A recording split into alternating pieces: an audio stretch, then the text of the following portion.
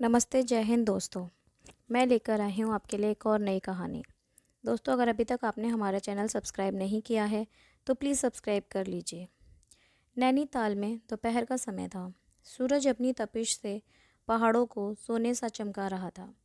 उसी गांव में रहती थी पारुल, एक सीधी सादी पर बेहद आत्मनिर्भर लड़की, जिसकी आंखों में सपने और दिल में बहुत सा प्यार भरा था। पारुल की उम्र 26 साल है।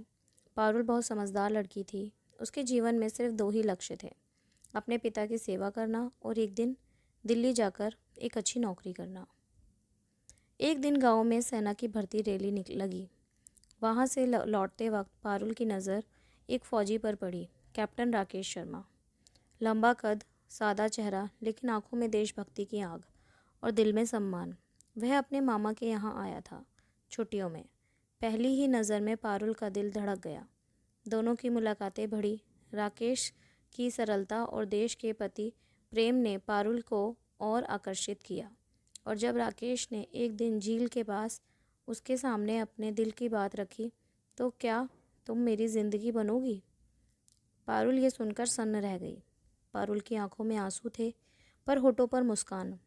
पारुल ने यह सुनकर राकेश को है बोल दिया। पारुल बोलती है, पर एक शर्त है, तुम मुझे कभी छोड़कर नहीं जाओगे। ये सुनकर राकेश बोलता है, मैं तुम्हें छोड़कर कभी नहीं जाऊंगा, हमेशा तुमसे ही प्यार करूंगा। राकेश इसके बाद वापस ड्यूटी पर चला जाता है। जम्मू के बर्फीले इलाकों में तैनात वहीं से दोनों की चिट्ठियां चलती रहीं। एक खास बात थी, राकेश हर चिट्ठी के अंत में यही लिखता था, अगर मैं न लौट सका तो तिरंगे को मेरी ओर से प्रणाम कहना। पारुल डरती थी, लेकिन उसके राकेश से वादा किया था कि वो कभी नहीं रोएगी अगर ऐसा कुछ हुआ।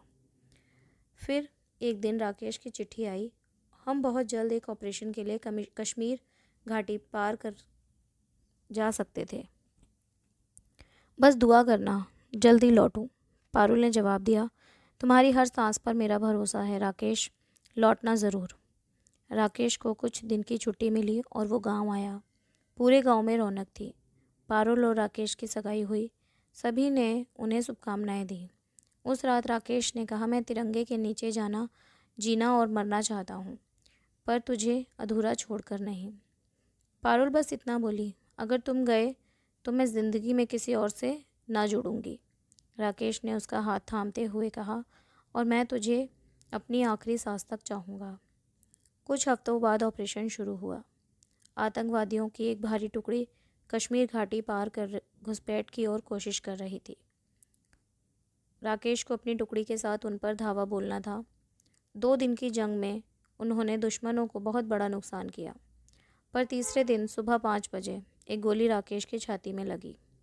साथियों ने कहा, कवर ले लो कैप्टन, पर राकेश ने कहा, तिरंगे को झुकने मत देना, मैं ठीक हूँ। और वह अकेला ही सामने गया और टाइम बम आतंकवादियों के बंकर को उड़ा दिया। लेकिन लौटते समय वो गिर पड़ा।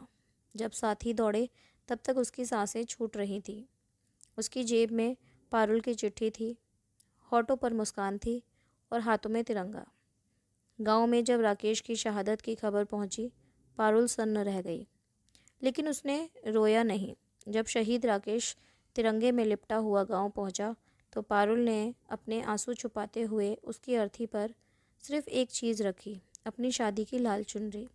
और वो बोली, आज से मैं विधवा हूँ, किसी ऐसे का जो मुझसे भी पहले देश से प्यार करता था। नैनीताल में अब एक स्मारक बना है, कैप्टन राकेश शर्मा स्मारक। वहाँ रोज़ कोई ना कोई पुष्प अर्पित करने आता है, और हर वर्ष पारुल वहाँ खड़ी होती है सफ़ेद साड़ी में और कहती है, मेरे प्यार ने देश के लिए जान दी, मुझे गर्व है, मैं राकेश की पारुल हूँ। वो आखिर सांस तक तिरंगे में लिपटा रहा। दिल में उसका चेहरा और नाम लिखा रहा। शहीद हुआ तो चिट्ठी में बस इतना कह गया, मैं गया तो क्या, मेरा प्यार जिंदा रहेगा हमेशा। दोस्तों, ये कहानी आपको कैसी लगी हमें कमेंट करके ज़रूर बताएं, और हमारे इस चैनल को सब्सक्राइब ज़रूर करें और इस कहानी को अपने दोस्तों के साथ शेयर ज़रूर करें। धन्यवाद।